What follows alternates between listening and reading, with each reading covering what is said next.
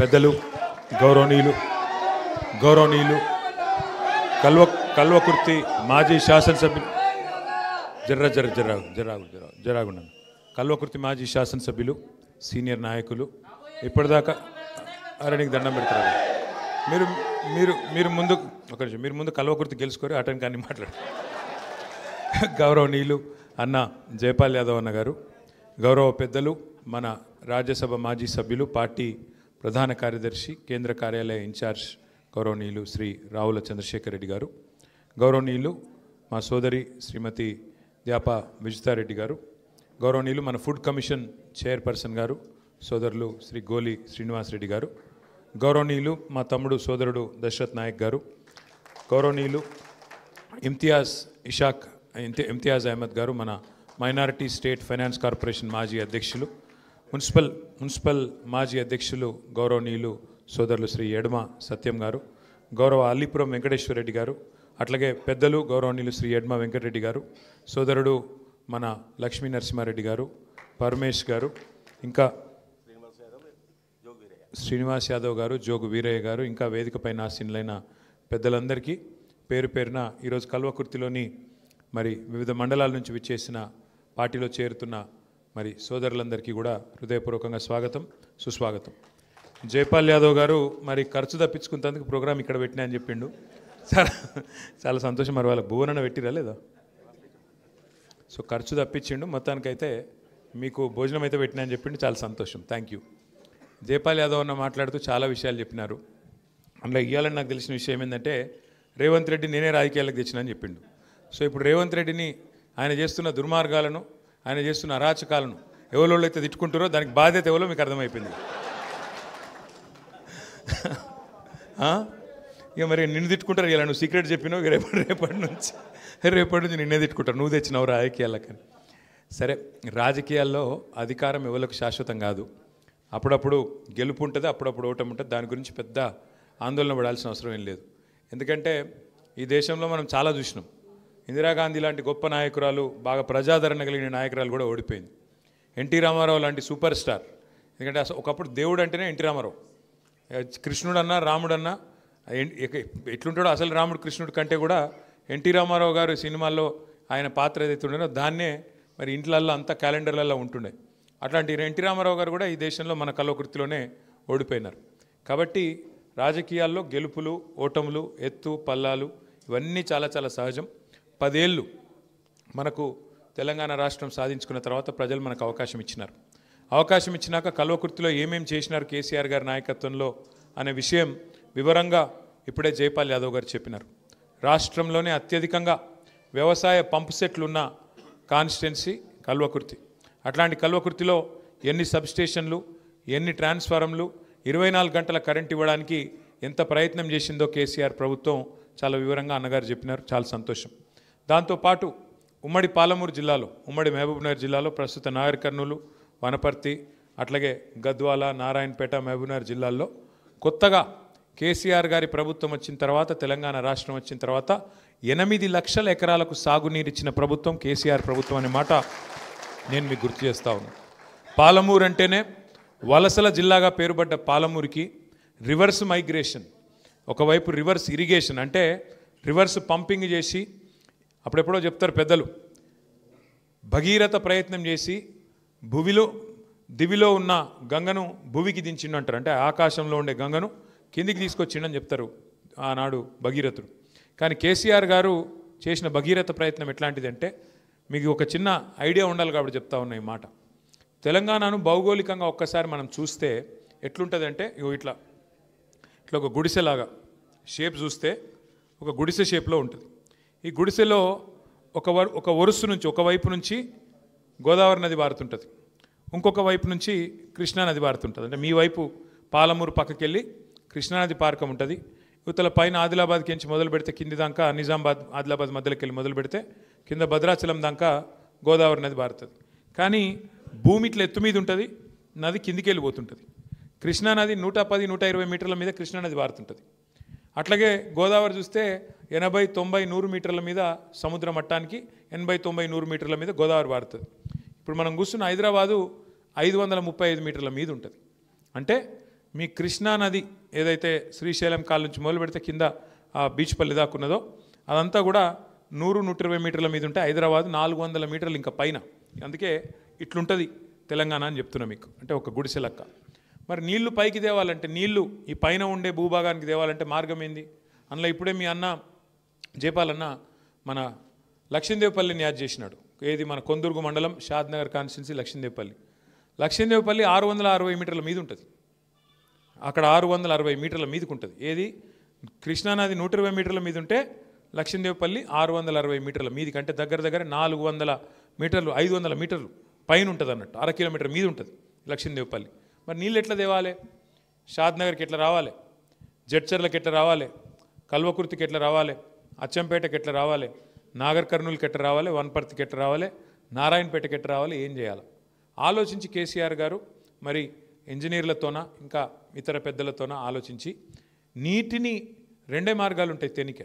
ఒకటి సొరంగ మార్గం ద్వారా తవ్వుకొని కిందికి తీసుకొచ్చి మళ్ళీ భూమిలోకి వెళ్ళి పైకి గుంజాల. లేదు రెండోది లిఫ్ట్ ఇరిగేషన్ కార్యక్రమం ద్వారా కిందికి వెళ్ళి నీళ్లను పైకి తీసుకొచ్చి మరి రిజర్వాయర్లు, గొలుసు కట్టు రిజర్వాయర్లు కట్టి దాని ద్వారా నీళ్లు మీకు అందించాలి. ఈ 2 మార్గాలు ఉంటాయి. అందుకే కాళేశ్వరం అనే ప్రాజెక్టు గోదావరి మీద, అట్లాగే ఇక్కడ పాలమూరు రంగారెడ్డి ఎత్తిపోతల పథకం అనేది మనకు కృష్ణానది మీద కట్టింది కేసీఆర్ గారు. కాళేశ్వరం ఏమో మొత్తం పూర్తయింది. సరే, పాలమూరు రంగారెడ్డి ఎత్తిపోతల పథకం 90% పూర్తయింది. అందులో భాగంగానే కట్టిన రిజర్వాయర్లు నార్లాపూర్ కానీ, ఏదుల కానీ, కరివెన కానీ, వట్టెం కానీ, ఉద్దండాపూర్ కానీ, ఇవన్నీ కూడా రిజర్వాయర్లు, గొలుసు కట్టు రిజర్వాయర్లు మీ జిల్లాలోనే, మీ ఉమ్మడి పాలమూరు జిల్లాలోనే కేసీఆర్ గారు 90% పని పూర్తి చేసి ఆఖరికి ఒక పంపు కూడా ఆన్ చేసి, మీకు గుర్తుండాల ఎలక్షన్లకు ముందే ఒక పంపు కూడా చాలు చేసి నీళ్లు కూడా చూపెట్టిండు కేసీఆర్ గారు. కానీ సరే, ఇప్పుడు ఈ రేవంత్ రెడ్డి గారి ప్రభుత్వం వచ్చినాక, కాంగ్రెస్ ప్రభుత్వం వచ్చినాక పాలమూరు బిడ్డలని చెప్పుకోవడం, మామగారి పేరు ప్రాజెక్టు పెట్టుకోవడం తప్ప ఇప్పటి వరకు సుక్క నీరిచ్చింది లేదు. ఆ 10% మిగిలిపోయిన పనిని కూడా చేసే ప్రయత్నం కూడా చేస్తలేడు. అంటే ఎందుకు చెప్తున్నా ఈ మాట అంటే, కేసీఆర్ నాయకత్వంలో 60 ఏళ్లుగా సాధ్యం కానీ పరిష్కారం కానీ సమస్యలు ఎన్నో పరిష్కారం చేసుకున్నాం. కరెంటు సమస్య మీకు తెలుసు ఎంత తీవ్రంగా ఉండేనో. కల్వకుర్తిలో ఎంతమంది చచ్చిపోయినారో రైతులు, ఎంతమంది ఎంత బాధపడ్డారో తెలంగాణ రాక మునుపు కరెంటు కోసం మీకు తెలుసు. తిప్పి కొడితే ఫ్రీ కరెంటు అని రాజశేఖర రెడ్డి గారు ఉన్నప్పుడు తెచ్చినారు, ఉచిత కరెంట్ అని. కానీ ఆ ఉచిత కరెంటు ఉత్త కరెంటే అది. ఎందుకంటే 6 గంటలు కూడా ఎన్నడూ చక్కగా ఉండేది కాదు కరెంటు. అది కూడా పొద్దున 3 గంటలు, రాత్రి 3 గంటలు తప్ప ఉచిత కరెంటు వ్యవసాయానికి ఎన్నడూ 6 గంటలు ఒకటేసారి ఇచ్చిందైతే లేదు. పారిన మడే వారుతుంది ఆ వచ్చే నీళ్ళతోన, ఇంకో మడి వారదు, నీళ్లు రావు. అర్ధరాత్రి పోయి కాపలా కూర్చుంటే కూడా దొంగల కాపలా కాసినట్టు కాపలా కాస్తే కూడా కరెంట్ ఎన్నడూ చక్కగా వచ్చేది కాదు కాంగ్రెస్ ప్రభుత్వంలో. ఇది నేను చెప్తలేను, స్వయంగా రేవంత్ రెడ్డి గారు చెప్పిండు. వాళ్ళ నాయన చచ్చిపోతే ఆ రోజు కాంగ్రెస్ ప్రభుత్వం ఉంటే రేవంత్ రెడ్డి గారు అసెంబ్లీలో చెప్పినాడు, అక్కడిక్కడ కూడా చెప్పలే, అసెంబ్లీలోనే చెప్పిండు. ఏమని చెప్పిండు? మా నాయన చచ్చిపోతే నేను కొండారెడ్డిపల్లికి పోయినా, కల్వకుర్తి తాలూకాలు ఉంటుంది మా ఊరు, పోతే నెత్తి మీద నీళ్లు చల్లుకుందామంటే నా అంతిమ సంస్కారం అయిపోయినాక, అంత్యక్రియలు అయిపోయినాక నీళ్లు చల్లుకుందామంటే నీళ్లు దిక్కులేవు, ఏం దరిద్రం కాంగ్రెస్ ప్రభుత్వమే మీది అని నేను చెప్తలేను, స్వయంగా రేవంత్ రెడ్డి గారే చెప్పినారు. అట్లాంటి కరెంటు లేని తెలంగాణను కరెంటు తెచ్చి 24 గంటల కరెంటు వ్యవసాయానికి, పరిశ్రమలకు, ఇళ్లకు, మనకు ఎక్కడ కూడా ఏ రోజు కూడా సమస్య లేకుండా, అర్ధరాత్రి వ్యవసాయం చేసుకునే గోస లేకుండా, అర్ధరాత్రి దొంగలే వచ్చే కరెంటు కోసం కావలగాసే దుస్థితి లేకుండా కేసీఆర్ గారి నాయకత్వంలో అద్భుతంగా కరెంటు బాగా చేసుకున్నాం. అట్లాగే మంచినీళ్ళు ఇంటింటికి తెచ్చుకున్నాం మిషన్ భగీరథ ద్వారా బ్రహ్మాండంగా. అట్లాగే సాగునీరు 80 మీటర్ల పైనుండే గోదావరిని నీళ్ళని తీసుకొచ్చి 618 మీటర్లుండే కొండపోచమ్మ సాగర్ నింపుకున్నాం.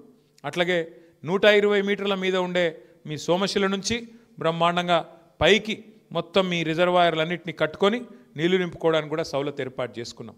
అట్లే రైతన్నల కోసం స్వాతంత్రం వచ్చిన తర్వాత మొట్టమొదటిసారి ఏ నాయకుడు, ఏ ముఖ్యమంత్రి, ఏ ప్రధానమంత్రి చేయని ఒక వినూత్నమైన ఆలోచన, రైతుకు పెట్టుబడి సాయం అందించాలి అనే ఒక ఆలోచన చేసి 1 కాదు 2 కాదు 73,000 కోట్ల రూపాయలు, 1 2 కాదు 11 పంటలు 11 సీజన్లకు 73,000 కోట్ల రూపాయలు బ్రహ్మాండంగా మీకు రైతు బంధు నాటేసే టైం వచ్చిందంటే బ్రహ్మాండంగా టింగుమని ఫోన్ మోగుతుండే.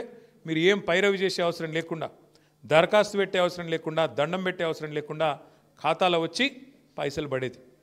సరే ఇన్ని చేసినాం, మరి ఎందుకు ఓడిపోయినాం? ఎందుకంటే ఒకటే ఒక కారణం ఉంది, మన నాయకుల అనైక్యత. ఒకళ్ళంటే ఒకళ్ళు ఓర్వలేనితనం, పని చేసినా చెప్పుకోకపోవడం. ఇప్పుడు ఒక ఊళ్ళే నలుగురు నాయకులు ఉంటారు, జైపాల్ యాదవ్ అన్న కానీ లేకపోతే ఇంకెవరైనా సరే ఎమ్మెల్యే అంటే ఆయన ఏం చేస్తాడు, ఆయనకు ఇద్దరు బాగా పరిచయం అవుతారు, ఒక ఇద్దరు అంత పరిచయం గారు. ఇక ఆ ఊళ్ళో కొంగనే జైపాల్ అన్న ఏం చేస్తాడు, లక్ష్మీనరసింహారెడ్డిగా రావా అని చెప్పి ఆయనని దగ్గర తీసుకుంటాడు. ఆయన దగ్గర తీసుకునే వరకు మిగతా ముగ్గురికి కోపం వస్తుంది. అగో మేము పని అంతా మేము చేస్తాము, ఈ లక్ష్మీనరసింహారెడ్డినేమో బాగా ఎత్తుకుంటున్నాడు, తెలిసి రావాలి జైపాల్ యాదవ్కు, మంచిగా అయింది, ఒక్కసారి మా ఊళ్ళో మనం పని చేయకపోతే ఏమవుతుందో తెలుస్తుంది అని అట్లా కోపం. రెండోది ఏమైంది, రైతు బంధు విషయంలో కూడా ఇయ్యనప్పుడు ఎవడు ఇయ్యలేదు, కాంగ్రెస్ వాడు ఇయ్యలేదు, తెలుగుదేశం ఇయ్యలేదు, ఎవరు ఇయ్యలేదు దేశంలో కేసీఆర్ ఇచ్చే ముందు. కానీ ఇచ్చుడు మొదలుపెట్టినాక అందులో ఇచ్చికాయలు ఏంటిది, అగో జైపాల్ యాదవ్కు 50 ఎకరాలు ఉంది, గోలి శ్రీనివాసరెడ్డికి 10 ఎకరాలు ఉంది, మరి జైపాల్ యాదవ్కి ఎందుకు ఇవ్వాలి అని గోలి శ్రీనివాసరెడ్డి లొల్లి. అరే నీకు వచ్చినది నీకు వస్తుంది కదా అంటే, నాకు ఇవ్వకపోయినా పర్లేదు గాయనకి ఎందుకు ఇస్తున్నావు? అరే ఇది ఎక్కడి బాధ రాబోయే అంటే అంతే. ఇక అట్లా అయిపోయింది సమాజం. ఎందుకంటే నాకు వచ్చిందన్నది అంతం లేదు, గాయనకి ఎందుకు ఇస్తున్నావు ఎక్కువ, గాయన బలిసినోడు గాయనకి ఎందుకు ఇస్తున్నావు? అరే వాళ్ళు పర్సెంటేజ్ చూసుకోండి తమ్మి, ఏం లేదు అందులో 2% కూడా లేరా అసంటోళ్ళు, 1.2% కూడా లేరా అంటే అది నేటిది లేదు. ఇంకా ఊళ్ళల్లో ఇంకొకటి కూడా మోపైంది, ఏ మాటకు ఆ మాట చెప్పుకుంటే. ఇవాళ రేపు ప్రతి ఒక్కరి చేతిలో ఫోన్ ఒకటి మోపైంది. ఇక ఆ ఫోన్లలో ఏం లేదు, ఇక తినేటప్పుడు గిదే, బాత్రూంలో గిదే, ఉన్నమాట చెప్తున్నా నేను, అంతేనా? ఏమైపోయిందంటే ఇక అందులో ఏమున్నది, తిట్టటోనికి ఎక్కువ గిరాకీ. ఆ కేసీఆర్ ఇంట్లోకి వెళ్ళి ఇస్తుండా, మరి ఇదివరకు నోడేవాడని ఇంట్లోకి వెళ్ళి ఇచ్చిండా? ఒకడు 3 పంటలకు ఇవ్వాలని అప్పుడు రేవంత్ రెడ్డి చెప్పిండు, 2 పంటలకు ఇస్తారా, 3వ పంటకి ఇవ్వవా అని ఒకడు అంటాడు, ఇంట్లోకి వెళ్ళి ఇస్తుండా అని ఇంకోటి అంటాడు. మరి ఇదివరకు నోడేవాడని ఇచ్చిండా? ఇదివరకు 200 రూపాయలు పెన్షన్ ఇస్తే ఆహా ఓహో అన్నారు, మరి 2000 పెన్షన్ ఇస్తేనేమో 10 రెట్లు పెంచి 2000 చేస్తే దానికి మాత్రం ఇంట్లోకి వెళ్ళి ఇస్తుండా అని దీర్ఘాలు తీసుడు. ఇట్లాంటి కార్యక్రమాల వల్ల మనది మనం చక్కగా చెప్పుకోకపోవడం వల్ల, మన పని చేసి కూడా చక్కగా మార్కెటింగ్ చేసుకోకపోవడం, అవతల వాడు అబద్ధాలు ప్రచారం చేయడం, అవతల వాడు చెప్పిన అబద్ధాలనే ప్రజలు నమ్మేటట్టుగా ఇంకో 10 మంది యూట్యూబ్లలో లైన్లో పోగై వాళ్ళు చెప్పుడు, అవి మనం ఎక్కువ నమ్ముడు. ఎందుకంటే మన సమాజం ఎట్లా అంటే, ఇప్పుడు జైపాల్ యాదవ్ గారు చాలా మంచోడు అని నేను చెప్తే మీరు నమ్మరు. జైపాల్ యాదవ్ సాబ్ చాలా మంచోడు, గొప్పవాడు, ఆయనకు అర్జెంటుగా ఓటేయండి అంటే నమ్మరు. అదే జైపాల్ అన్న ఇప్పుడు వచ్చేటప్పుడు ఇక్కడ 2 మర్డర్లు చేసి వచ్చిందంటే నమ్ముతారు. ఓ అవునా, ఎక్కడో చేసే ఉంటాడు, నిజమే, అంతే తప్ప మనిషి నైజం అది. కాబట్టి ఎంత విచిత్రం అంటే, మాకు కూడా కొన్ని ఆలోచిస్తే మొత్తం కాళేశ్వరం ప్రాజెక్టుకి అయిన ఖర్చే 93,000 కోట్లు. అంత పెద్ద ప్రాజెక్టు, 45 లక్షల ఎకరాలకు నీళ్ళు ఇచ్చే ప్రాజెక్టు, మొత్తం అయిన ఖర్చు ఎంత? 93,000 కోట్లు. కానీ రాహుల్ గాంధీ వస్తాడు ఢిల్లీకి వెళ్ళి 1,00,000 కోట్ల కుంభకోణం అంటాడు. మనకు అర్థం కాదు, ఏమయ్యా ఖర్చు అయిందే 93,000 కోట్లు, అన్న నీళ్లు రానేవట్టే, గిని కనబడనేవట్టే, సొరంగాలు కనబడుతున్నాయి, పైప్ లైన్లు కనబడుతున్నాయి, కాలువలు కనబడుతున్నాయి, సబ్స్టేషన్లు కనబడుతున్నాయి, అది ప్రపంచంలోనే అతిపెద్ద లిఫ్ట్ ఇరిగేషన్ ప్రాజెక్టు. మరి ఇక 1,00,000 కోట్ల కుంభకోణం అంటే ఎట్లా? ఇది కూడా అడగడు, నమ్ముడే. 1,00,000 కోట్ల కుంభకోణం, 1,00,000 కోట్ల కుంభకోణం అని 1,00,000 గొంతులు వేసుకొని ఉర్రాలి, నమ్మాలి, ఆయనతో బాయ్ పడాలి. ఇక ముయ్యికెళ్ళి ఇంకోటి, కేసీఆర్ 2,000 ఇస్తుండా, నేను 4,000 ఇస్తా. కేసీఆర్ 10,000 ఇస్తుండా, నేను 15,000 ఇస్తా. కేసీఆర్ 1,00,000 రూపాయలు ఇస్తుండా లగ్గానికి, నేను తులం బంగారం ఇస్తా. ఆయనతో నమ్మిండ్రు, 6 గ్యారెంటీల గారెడ్ల పడ్డరు. ఏందో జరుగుతుంది అల్లం బెల్లం అని చెప్పి స్కూటీలు ఇస్తా, ఇది ఇస్తా, అది ఇస్తా, అది ఇస్తా, ఇది ఇస్తా అని చెప్పి 420 హామీలు ఇచ్చే వరకు మర్చిపోయినరు. కాంగ్రెస్ వాళ్ళు ఎంత లంగలో మర్చిపోయారు అందరు. ఎందుకంటే 10 ఏళ్ళు అయింది కదా, ఒక కొత్త తరం వచ్చింది. ఈ కొత్త తరం వల్ల కాంగ్రెస్ వాళ్ళు ఎంత దుర్మార్గులో తెలియదు, ఎంత దుర్మార్గులు ఎంత మోసగాలు తెలియక ఆయనతో నమ్మిండు, జై జై అని చెప్పి ఆయనతో నారాయణ రెడ్డిని గెలిపించారు కల్వకుర్తిలో. ఇప్పుడు ఏమైంది, అదే నారాయణ రెడ్డి తిడతాడు ఇప్పుడు, ఆసుపత్రి ఇట్లుంది అట్లుంది. నేను చూసి నేను పరిశాన్ అయితే, ఈయన నిన్ననే ఊడిపడ్డాడు ఏం రాబోయే రాజకీయంలో అని.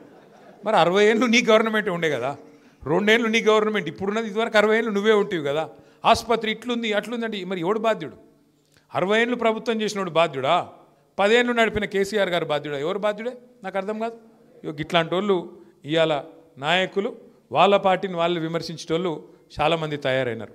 కానీ ఒక్క మాట మాత్రం దయచేసి అందరం గుర్తు చేసుకోవాలి. ఎందుకంటే చాలా సందర్భాల్లో ఏమైందంటే, మనకు కూడా కొన్నిసార్లు కొన్ని విషయాలు అలవాటు అయిపోయాక మనకు విలువ తెలియదు. ఇప్పుడు రైతు బంధు మంచిగా టింగు టింగు అని పడుతుంటేనేమో విలువ తెలియలే. ఓ 2 సార్లు ఎగ్గొట్టే వరకు అప్పుడు యాద్ చేసుకున్నారు కేసీఆర్. అరే వీడు దుర్మార్గుడు ఉన్నాడు, వీడు పెంచుతానాడు, పెంచలేదు, పెంచకపోగా ఎగ్గొట్టిండు. అమ్మా కేసీఆర్ ఉన్నప్పుడు ఏదో ఒకటి చేసి మొత్తానికైతే కరోనా టైంలో కూడా బ్రహ్మాండంగా మీకు టింగు టింగుమని రైతు బంధు పడ్డది. రేవంత్ రెడ్డికి టింగు టింగు సౌండ్ ఇష్టం లేదు, అందుకే కొత్తది పెట్టిండు. ఏం సౌండ్ అది? ఠకీ ఠకీమనేస్తా అన్నాడు. పడుతున్నాయి మరి ఠకీ ఠకీమని? 4000 పెన్షన్ పడుతుందా? ఠకీ ఠకీ 6000 పెన్షన్ పడుతుందా? రైతు బంధు పడుతుందా? రుణమాఫీ జరిగిందా? ఇప్పుడు జరగలేదు. తులం బంగారం ఒకటి కాదు, ఇక 420 హామీలు ఉన్నాయి. ఎన్ని చెప్పాలి? 1 కాదు 2 కాదు 420 హామీలు, ఇష్టం వచ్చిన మాటలు. ఏం చేసినారో అబ్బాయి అంటే ఒకటే చెప్తాడు, ఫ్రీ బస్ పెట్టినా అంటాడు. అందులో కూడా మోసమే, అది కూడా చెప్తున్నా మీకు ఇనూరి. ఫ్రీ బస్ అంటాడు. ఫ్రీ బస్ అంటే మహిళలకు ఫ్రీ అట, భర్తకు డబల్ అట. అది ఫ్రీ ఎట్లయితుంది అని అక్కడ కాదు, పిచ్చోళ్ళని చేసుడు తప్ప మనకు. పిల్లలకేమో మళ్ళీ బస్ పాస్ రేట్ పెంచిండు, మగవాళ్ళకు డబుల్ టికెట్, నీకు మహిళలకు ఫ్రీ. ఇక ఫ్రీ ఎట్లయితుంది నువ్వు చెప్పు, నాకు తెలియక అడుగుతా. అంటే కుడి చేత్తో నిచ్చుడు, ఎడమ చేత్తో గుంజుకునుడు, అది ఫ్రీ ఎట్లయితుంది? ఇక ఇదొక్క మోసం తప్ప ఇంకేమైనా చేసిర్రా? దయచేసి మీరు ఆలోచించండి. గ్యాస్ వచ్చిందా? అలే 200 యూనిట్లు ఫ్రీ అన్నాడు. కొంతమందికి వచ్చింటుంది, కొంతమందికి వచ్చింటుంది, కొంతమందికి రాలే. ఏ ఒక్కటన్నా పరిపూర్ణంగా చేసిండ్రా? 2 ఏళ్ళు నిండిపోయింది. అన్నిటికీ మించిన మోసం. ఎంత దుర్మార్గం అంటే, సరే ముఖ్యమంత్రులు ప్రభుత్వాలు మారుతుంటాయి, రాష్ట్రం అయితే శాశ్వతంగా ఉంటుంది. ఇప్పుడు ముఖ్యమంత్రులు మనం ఎంతమందిని చూసినాం? ఎన్టీ రామారావు గారు 1983 నుంచి ఎన్టీ రామారావు గారు 89 దాకా. ఆ తర్వాత చెన్నారెడ్డి గారు, విజయభాస్కర్ రెడ్డి గారు, తర్వాత మధ్యలో ఎవరు వచ్చిన నేదురుమల్లి జనార్దన్ రెడ్డి గారు, తర్వాత చంద్రబాబు నాయుడు గారు, ఆ తర్వాత రాజశేఖర్ రెడ్డి గారు, ఆ తర్వాత రోషయ్య గారు, కిరణ్ కుమార్ రెడ్డి గారు, కేసీఆర్ గారు, ఇప్పుడు రేవంత్ రెడ్డి గారు. ఇంతమందిని చూసినాం. ఒక దగ్గర 10 మంది ముఖ్యమంత్రులను చూసినాం. ఏ ముఖ్యమంత్రి అయినా ఈయన తిరిగి మాట్లాడటం మాత్రం చూసినామా? అవి ఏం మాటలు? ఏమైనా రేవంత్ రెడ్డి గారు 4000 పెన్షన్ ఏది అంటే నీ గుడ్లు వీకి గోటీలు ఆడతా. ఏమైనా రైతు బంధు ఏది రేవంత్ రెడ్డి గారు అంటే నీ పేగులు తీసి మెడలు వేసుకుంటా. ఇది ఎక్కడి లొల్లి రాబాయి? పేగులు తీసి మెడలు వేసుకున్నాడు. ఎవడన్నా బోటి కొట్టేటోడు మాట్లాడతాడు, పేగులు మెడలు వేసుకున్నాడు. ఇదేం లొల్లి? అదొక్కటే కాదు, ఇంకా విచిత్రం. సెక్రటేరియట్కి వచ్చిండు, ముఖ్యమంత్రి అయ్యిండు, కిస్మత్ బాగుంది, ముఖ్యమంత్రి అయినావు, సెక్రటేరియట్కి వచ్చినావు. ఏం చేయాలి నువ్వు? సెక్రటేరియట్కి వస్తే ఏముంటాయి? సెక్రటేరియట్లో కంప్యూటర్లు ఉంటాయి, పనిచేసే ఉద్యోగులు ఉంటారు, పాలసీలు ఉంటాయి. ఇక్కడ నేను లంకె బిందెలు ఉంటాయి అనుకొని వచ్చినా, ఇక్కడ లేవు లంకె బిందెలు ఉంటాయా సెక్రటేరియట్లో? తవ్వుతేనట సార్ లంకె బిందెలు దొరుకుతాయి అనుకొని వచ్చిండట. వాటితోనే 6 గ్యారెంటీలు అమలు చేస్తా అనుకుండంట. ఎట్లుందంటే పరిస్థితి వాళ్ళ నిజంగా కూడా. సరే మీ కాడనేమో రియల్ ఎస్టేట్ బాగుందని జయపాల్ యాదవ్ అని అంటుండు, మరి పక్కకెళ్ళి చంద్రశేఖర్ రెడ్డి అని అన్నాడు. మరి జయపాల్ అని ఒక్కరికే మంచిగా నడుస్తున్నట్టు.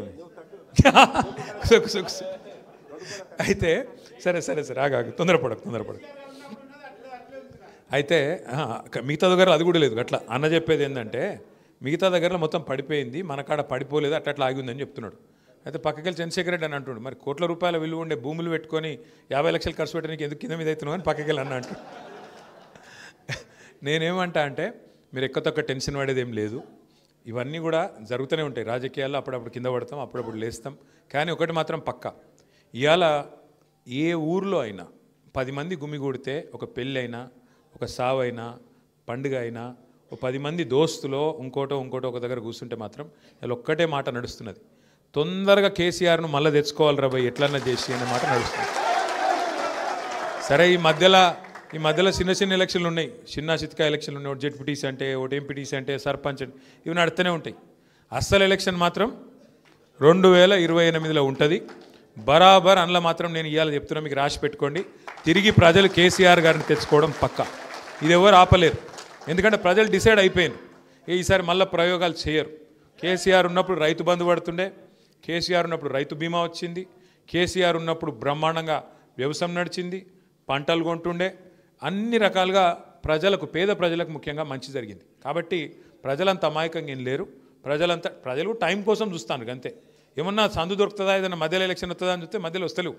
మొన్న ఒక జుబ్లీల్స్ వచ్చింది, అందులో కూడా మీరు చూసిర్రు ఎంత ఆగమాగమైన రేవంత్ రెడ్డి ఒకటే దెబ్బకు గట్టిగా మాట్లాడే వరకు వెంటనే ఒక ఆయన మంత్రి చేసి పారేసిండు అజారుద్దీన్ ఒక దెబ్బకు బీఆర్ఎస్ దెబ్బకు అజారుద్దీన్కు మంత్రి పదవి వచ్చింది ఒకటే దెబ్బకు 4 మీటింగులు గట్టిగా పెడితే రేవంత్ రెడ్డి 1 వీక్ తిరిగిండు గట్టిగా వారం రోజులు తిరిగిండు తిరగక తప్పలే 14 మంది మంత్రులు గల్లి గల్లి తిరిగిండ్రు ఎలక్షన్ రోజు కూడా డిప్యూటీ సీఎం రోడ్ల మీద తిరుగుతున్నాడు ఏది జూబ్లీ హిల్స్లో ఒక పరిస్థితి వచ్చింది మరి ఒక్క ఉప ఎన్నిక గింతాగమైతే రేపు వీళ్ళని ఎవడు కాపాడాలి మరి అసలు ఎన్నిక వచ్చే వరకు అందుకే మనం భయపడేది లేదు బాధపడేది లేదు నడుస్తుంది చిన్న చిన్న ఎదురు దెబ్బలు నడుస్తూనే ఉంటాయి కానీ మీరు ధైర్యంగా ఉండండి కల్వకుర్తిలో తప్పకుండా ధైర్యంగా ముందుకు పోదాం నాకున్న అవగాహన మేరకు నాకున్న అనుభవం మేరకు నేను కూడా రాజకీయాలకు వచ్చి ఇప్పుడు వచ్చే సంవత్సరం అయితే 20 ఏళ్ళు అవుతుంది కాబట్టి నేను కూడా కొద్దిగా చూసిన ఇప్పుడు ఎమ్మెల్యే అయ్యి కూడా 16 ఏళ్ళు అయింది నేను కూడా కొద్దిగా చూసిన ఇవాళ ఈ ప్రభుత్వం మీద ఉన్నంత వ్యతిరేకత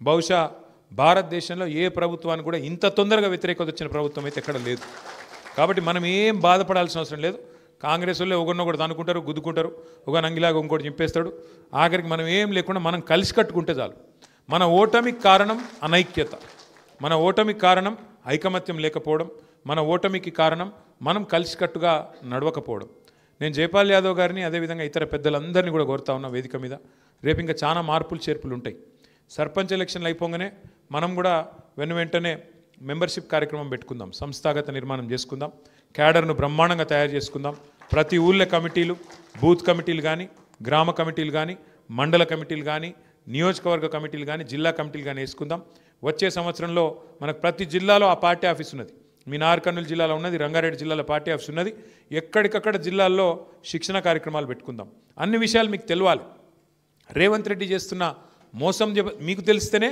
ప్రజలకు తెలుస్తుంది ఒక 2 విషయాలు మాత్రం నేను చెప్పి ముగిస్తాను 2 మోసాలు ఆయన ఇప్పుడు తాత్కాలికంగా ఏదైతే ఇప్పుడు రైట్ నౌ నడుస్తున్న మోసాలు ఒకటి బీసీ రిజర్వేషన్ల విషయంలో జరిగిన మోసం ఎలక్షన్ల ముంగట ఏం చెప్పిండు 42% రిజర్వేషన్ ఇస్తా ఏది ఒక సర్పంచ్ పదవి ఎంపీటీస్ పదవి కాదు 42% రిజర్వేషన్ ఉద్యోగాలలో ఇస్తా 42% రిజర్వేషన్ విద్యలో ఇస్తా 42% రిజర్వేషన్ ప్రభుత్వ కాంట్రాక్ట్లలో కూడా ఇస్తా మీ ఊళ్ళో వేసే సీసీ రోడ్లు మోరీలు అందులో కూడా బీసీలకు 42% ఇస్తా అని చెప్పిండు ఎస్సీ ఎస్టీలకు 28% ఇస్తా అని చెప్పిండు ఏది కాంట్రాక్ట్లలో వాటా అందులో కూడా ఇస్తా అని చెప్పిండు సంవత్సరానికి 20,000 కోట్ల బడ్జెట్ పెడతా అని చెప్పిండు ఏది బీసీలకు అంటే 5 ఏళ్లలో 1,00,000 కోట్ల బడ్జెట్ ఇస్తా ప్రతి సంవత్సరం 20,000 కోట్ల బడ్జెట్ ఇస్తా అని చెప్పిండు 2 బడ్జెట్లు అయిపోయినాయి 2 బడ్జెట్లు కలిపి కూడా 12-13 వేల కోట్లు దాటి పెట్టలే 40,000 కోట్లు పెడతా అని చెప్పి 12-13 కోట్లు కూడా పెట్టలే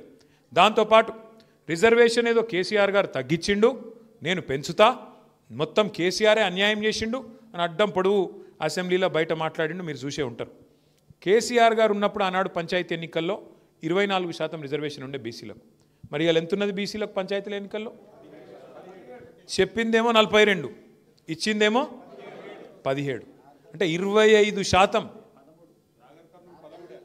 నార్కర్నూలు జిల్లా అయితే 13% బీసీలకు మరి బీసీ సోదరులు బుద్ధి చెప్తారా చెప్పరా ఇంత మోసం చేసిన ప్రభుత్వం ఎన్ని డ్రామాలు చేసిండు మధ్యలో ఒకరోజు జీవో ఇచ్చినా అంటాడు ఒకరోజు బిల్లు సంతకం పెట్టినా అంటాడు ఇంకో రోజు రాజ్యాంగ సవరణతోనే సాధ్యం అంటాడు ఇంకో రోజు పార్టీ పరంగా రిజర్వేషన్లు ఇస్తా అంటాడు ఇన్ని డ్రామాలు చేసి ఆఖరికి తడిగుడ్డతోని ఇవాళ బీసీల గొంతు కోసిండు రేవంత్ రెడ్డి గారు మరి ఆయనను బుద్ధి చెప్తారా కల్వకుర్తి తాలూకాలో చెప్పరా మా బీసీ సోదరులే మీరే ఆలోచించాలా మీరే డిసైడ్ చేయాలా మీరే నిర్ణయం తీసుకోవాలని చెప్పి నేను కోరుతా ఉన్నా రెండవది ఇవాళ ఇంకొక మోసం హైదరాబాదులో అట్లాగే మొత్తం తెలంగాణలో దేశంలో కూడా ఎవరైనా పరిశ్రమ పెట్టాలి అంటే ప్రభుత్వమే చాలా తక్కువ ధరకు భూములు ఇస్తుంది ఎట్లా అంటే ఉదాహరణకు ఇప్పుడు మన ప్రభుత్వం ఉన్నప్పుడు కూడా ఇప్పుడు ఉదాహరణకు నేను చెప్తున్నా వేరే ఏమనుకోకండి ఎడమ సత్యం ఉన్నాడు సత్యం వచ్చి అన్న నేను ఒక అపార్ట్మెంట్ కట్టుకుంటా నాకు 2 ఎకరాల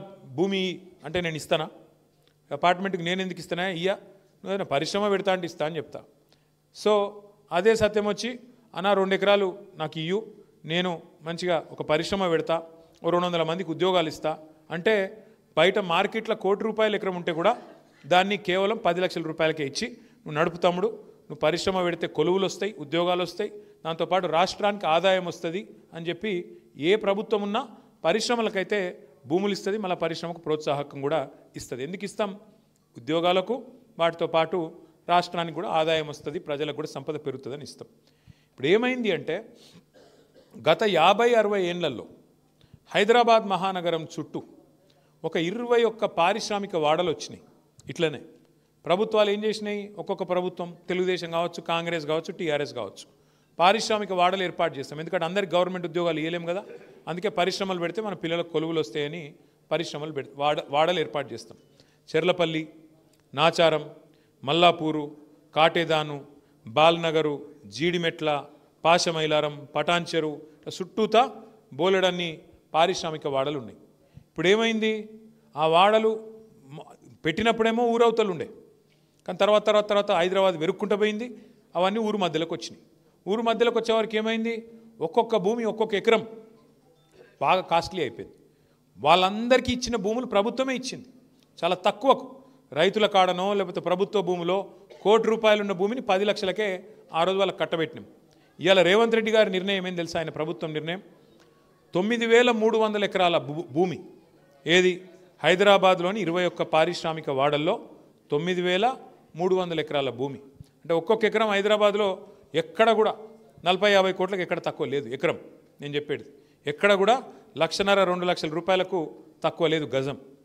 అసొంటి భూమిని రేవంత్ రెడ్డి ఏమంటుండే ఎరికేనా, మీకు గిన్నా ఇప్పుడు మీరు పారిశ్రామికవేత్త, మీకు ఇచ్చింది ఎందుకు ప్రభుత్వం భూమి, ఉద్యోగాలు ఇస్తావని, అట్లాగే తక్కువ ధరకు మీకు ప్రభుత్వానికి ఏమైనా ఆదాయం వస్తుందని ఇచ్చినాం. ఇలా దరఖాస్తు పెట్టుకుంటే చాలంట ఎస్ఆర్ఓ వాల్యూ మీద. ఎస్ఆర్ఓ అంటే రిజిస్ట్రేషన్ వాల్యూ, ముందే రిజిస్ట్రేషన్ వాల్యూ తక్కువ ఉంటుంది మార్కెట్ మీద చూస్తే. ఇప్పుడు మీ కల్వకుర్తి ఉంది, కల్వకుర్తిలో ఎకరం నిజానికి మార్కెట్లో ₹1,00,00,000 ఉండొచ్చు, రిజిస్ట్రేషన్ 5 లక్షలు 10 లక్షలు ఉంటుంది, అంతేనా? అంతే ఉంటుంది. ఇప్పుడు రేవంత్ రెడ్డి ఏమంటుండే ఎరికేనా, ₹1,00,00,000 ఉన్న భూమి కేవలం రిజిస్ట్రేషన్ ధర మీద 30% కడితే చాలంట. అర్థమైందా? రిజిస్ట్రేషన్ 5 లక్షలు అనుకో, మార్కెట్లో ₹1,00,00,000. రేవంత్ రెడ్డి ప్రభుత్వం ప్రపోజల్ ఏం దొరికేనా, 5 లక్షలలో 30% అంటే ఎంత, 1,25,000, 1,30,000. 1,30,000 రూపాయలు కడితే శాశ్వతంగా ₹1,00,00,000 భూమి నువ్వు తీసుకో, అపార్ట్మెంట్లు కట్టుకో, ఏమైనా చేసుకో అంటుండు. ఇది దోపిడీ కాదా? ఇంతకు మించిన దోపిడీ ఇంకేమైనా ఉంటుందా? హైదరాబాద్లో ఇల్లు కడదామంటే జాగలేదు, ప్రభుత్వ ఇల్లు, ఇందిరమ్మ ఇల్లు కడదామంటే జాగ లేవు. హైదరాబాద్లో పార్కు కడదామంటే జాగ లేదు. హైదరాబాద్లో ఒక ఛాయ్ డబ్బా పెడదామంటే జాగలేక గరీబోలు ఫుట్పాత్ మీద పెట్టుకుంటే వాటి నుంచి హైడ్రా కొట్టేస్తుంది. హైదరాబాద్లో బొందలగడ్డకు జాగలేదు, హైదరాబాద్లో మోరీ కడదామంటే జాగలేదు, రోడ్డు విస్తరిద్దామంటే జాగలేదు. కానీ 9,300 ఎకరాలు ఆయన అత్త సొమ్ము అన్నట్టు, ఆయన అబ్బసొత్తు అన్నట్టు ఇలా రేవంత్ రెడ్డి ఈ 500-600 మంది బడాబాబులకు రాసిచ్చేస్తున్నాడు. రాసిస్తే ఉత్తనే రాసిస్తాడు రేవంత్ రెడ్డి. నీకు తెలియదా, నాకు తెలియదా? ఇవాళ 10% కాదు, ఎక్కువనే ఉన్నది, 50% ట్యాక్స్ ఉన్నది, ఆర్ఆర్ ట్యాక్స్ 50% వెనుకకు నూక్కుండే. ఇది కథ. అంటే 9,300 ఎకరాలు, ఒక్కొక్క ఎకరం 50 కోట్లు, ఎంత? 4.5 లక్షల కోట్లు, 5 లక్షల కోట్ల ఆస్తి. అందులో 50% కాంగ్రెస్ వాళ్ళు దొబ్బక ప్రయత్నం చేస్తాను. ఎవరి సొమ్ము ఇది? ప్రజల సొమ్ము. ప్రజల సొమ్ము, ప్రజల ఆస్తి. పారిశ్రామికవేత్తలకు ఉద్యోగాలు ఇస్తారని, పారిశ్రామికవేత్తలు రాష్ట్రానికి ఏమైనా ఆదాయం తెస్తారని ఇచ్చింది. ఇక నా ఇష్టం ఉన్నట్టు నేను అపార్ట్మెంట్లు కట్టుకుంటా, మాల్స్ కట్టుకుంటా, నీ అయ్యే సొమ్మా వాన అయ్యే సొమ్మా? అందుకే మనమేం డిమాండ్ చేస్తున్నాం, వాపస్ తీసుకో భూములు, కాదంటే బహిరంగ మార్కెట్లో వేలం పెట్టు. మీరు చూస్తున్నారు కదా పేపర్లో, ఏం రాస్తున్నారు పేపర్లో, రాయదుర్గంలో ప్రభుత్వ భూమిని వేలం పెడితే ఒక ఎకరం 177 కోట్లు. మరి 177 కోట్లకి ఇక్కడ ఎట్లుంటుంది? 2 కిలోమీటర్ల అవతల ఎకరం 3 కోట్లు ఎట్లుంటుంది? ఇది దోపిడి కాదా? మరి ఆలోచించద్దాం మనం. సరే, రేవంత్ రెడ్డి ఇవాళ ఉంటాడు, రేపు బీక్తాడు. ఆ పైసలు, మరి ఆ ప్రభుత్వ పైసలు, ప్రజల పైసలు ఎడపోవాలి? ఒక గది ఇవాళ మన పంచాయతీ. ఇంత దోపిడీ జరుగుతుంటే కూడా మనం చర్చ పెట్టకపోతే, ఇంత దోపిడీ జరుగుతుంటే కూడా మనం మాట్లాడకపోతే చరిత్ర మనల్ని క్షమించదు. మీరు ఆలోచన చేయండి, కూకట్పల్లిలో 8,000 రూపాయల గజం దొరుకుతుందా? 8,000 రూపాయల గజం ఎవడని ఇస్తా అంటే ఇక్కడ ఉన్న వాళ్ళందరూ లైన్ పోయి కట్టుకొని కొనుక్కుంటారు కాదా? కడతాలనే లక్ష్యం ఉందట. మరి కూకట్పల్లిలో 8,000 రూపాయల గజం అమ్ముతుండే రేవంత్ రెడ్డి. ఎవరికి? మనకు అమ్ముతలేడు, ప్రజలకు అమ్ముతలేడు.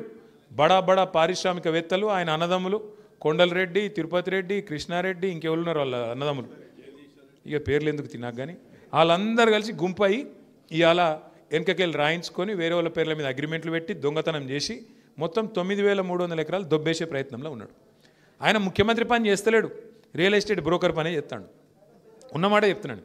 మీ దగ్గర కూడా ఏమేం చేస్తున్నాడో, 4th సిటీ, అట్లాగే పక్కన RRR ఇటుదిప్పుడు అటుదిప్పుడు మీకు తెలియదా? తెలుసు తెలుసు. ఇయ్యమంటే కొట్లాడాలి, గట్లెట్లనే ఇయ్యమంటే కుదరదు. కానీ కొట్లాడితే ఇగో అన్న సింపుల్ ముచ్చట, తెలంగాణ పైరవి చేసి వచ్చినదే ఈ బలగొడతాం నా కొడకాని కాంగ్రెస్ అని గట్టిగా గల్లబట్టుకుంటే వచ్చి ఉతానే వస్తుంది. అందుకే అంటున్నా, మీకు కూడా తెగువ ఉంటే, తెగింపు ఉంటే ఆ రైతులను ముంగట పెట్టండి, మీరు పక్కకు పోయి కూర్చోండి, గట్టిగా కొట్లాడండి. ఈ పైరవులతోని రేవంత్ రెడ్డి అసంటోళ్ళు ఇనరు కాదు. మనం లొల్లి పెడితే కూడా కాదు, మనం ఫీల్డ్ కోవాలి, లొల్లి పెట్టాలి. మొన్న జైపాల్ యాదవ్ అన్న కూడా ఇట్లే చెప్పిండు ఒక ముచ్చట. చెప్తే ఢిల్లీ దాకా పంపించిన నేను. ఢిల్లీ దాకా పోయి మీరు ఆ మంత్రిని కలవండి అంటే మొత్తం రైతులందరినీ తీసుకొని పోయి కలిసిండు. ఆగిందా ఇప్పుడు? అది ఆగింది. మొత్తానికి జైపాల్ యాదవ్ అన్న ఒకసారి గట్టిగా సపోర్ట్లు కొట్టండి. అట్లుండాలి పని, అంతేగాని వాడు గుంజుకుంటుండు మనం చావలేదు, మనం చచ్చిపోయినాం అందరం. మీద గట్టిగా నాయకులందరూ మీరు పోరాడే జెండా. మళ్ళీ ఇంకొక మాట చెప్తున్నాను నేను, ఎవ్వడు కొట్లాడాడు. 2 ఢిల్లీ పార్టీలు, రెండు కూడా దొందే, ఇద్దరు గులాంగాళ్ళే. బానిసకొక బానిస అన్నట్టు ఇక్కడుండే బీజేపీ వాడు, ఇక్కడుండే కాంగ్రెస్ వాడు, పైనుండే ఇక్కడ ఇంకో నాయకునికి బానిస. వాడు ఢిల్లీలోనికి బానిస, ఢిల్లీవాడు గుజరాత్లోనికి బానిస. ఏ బానిసత్వం లేని పార్టీ అంటే మళ్ళీ ఇదే ఉన్నది, ఒకటి నికార్సైన తెలంగాణ పార్టీ, గులాబీ జెండా. అందుకే నేను అంటున్నా, తెలంగాణ గురించి తెగబడాలన్నా, కలబడాలన్నా, కొట్లాడాలన్నా ఆ సత్తా ఉన్న ఒక్క పార్టీ, మన పార్టీ, కేసీఆర్ గారి పార్టీ తప్ప ఇంకోటి కాదు. కాబట్టి నేను మీ అందరికీ ప్రార్థించేది, మీరు రేపు సర్పంచ్ ఎన్నికల్లో కొట్లాడండి, జెడ్పీటీస్లో కొట్లాడండి, ఎంపీటీస్లో కొట్లాడండి, కానీ అసలు యుద్ధం 2028లో ఆ రోజు ఉంటుంది. ఆ రోజు మాత్రం మళ్ళా ఈరోజు కొట్లాడుకొని కావాలంటే ఊళ్ళలో నేను వద్దంటలేను, కానీ ఆ రోజు కలిసి ఉండుర్రి. నాకు తెలిసి ఇవాళ ఎట్లుంటుందంటే సర్పంచ్ అనగానే ఒకటే ఊళ్ళే 4 కొట్లాడతారు, అంతా మనోళ్ళే ఉంటారు. మళ్ళీ ఎవరినే మనరాదు. జయపాల్ అన్న దగ్గరికి వస్తారు, ఆయన ఏం చెప్తాడు? అందరూ ఆయన వాళ్ళేనా? ఎవరు ఏం చెప్తారు? దానికి ఏం చేయనికి రాదు. కానీ ఈ మన మధ్యలో ఉండే తాత్కాలికమైన మరి పొరపచ్చాలు, అనైక్యత, మనకుండే పంచాయతీలు రేపు అల్టిమేట్గా పార్టీకి నష్టం కావద్దు. జనవరిలో మనకు సభ్యత్వ నమోదు కార్యక్రమం చాలా అవుతుంది. అన్ని మున్సిపాలిటీలలో, అన్ని గ్రామాలలో మీరే దగ్గర ఉండి బాధ్యత తీసుకొని నడిపించాలా. తర్వాత కమిటీలు వేసుకుందాం. 2026లోనే శిక్షణ కార్యక్రమాలు పెట్టుకుందాం, బ్రహ్మాండంగా తర్ఫీదు ఇచ్చుకుందాం. అన్ని మోసాల మీద, బీసీ రిజర్వేషన్ల మీద జరుగుతున్న మోసం, సంపద కొల్లగొట్టే మోసం, 420 హామీలు ఇచ్చి ఇలా దుర్మార్గం చేస్తున్న వైనం, అట్లాగే 6 గ్యారంటీల పేరిట ఆడుతున్న డ్రామాలు, ఇవన్నిటిని కూడా ప్రజల సమక్షంలోనే బయట పెడదాం. ప్రతి కార్యకర్తను, ప్రతి నాయకుడిని ఒక్కొక్క కేసీఆర్ గారి లాగా కథన రంగంలో రేపు కథానాయకులే విజృంభించే విధంగా తయారు చేసుకుందామని చెప్పి నేను మనవి చేస్తూ, ఇవాళ పార్టీలో చేరుతున్న మిత్రులను పిలవాల్సిందిగా నేను గౌరవనీయులు జైపాల్ యాదవ్ గారిని కోరుతూ, జై తెలంగాణ. ఆఖరి మాట, మన పెద్దలు కేసీఆర్ గారు నిరాహార దీక్ష కూర్చున్న రోజు ఎల్లుండి నవంబర్ 29, మరి 16 సంవత్సరాల కిందట. ఆ సందర్భాన్ని పురస్కరించుకొని అన్ని జిల్లా కేంద్రాలలో మనం బ్రహ్మాండంగా దీక్షా దివస్ అనే కార్యక్రమాన్ని చేస్తున్నాం. మీ నాగర్ కర్నూలు జిల్లా వాళ్ళు నాగర్ కర్నూలు పోవాలా, రంగారెడ్డి జిల్లా వాళ్ళు రంగారెడ్డి జిల్లాకు పోవాలా. ఆ రోజు దయచేసి అందరూ పాల్గొనాలని విజ్ఞప్తి చేస్తూ, జై తెలంగాణ. కూర్చోవాలి దయచేసి.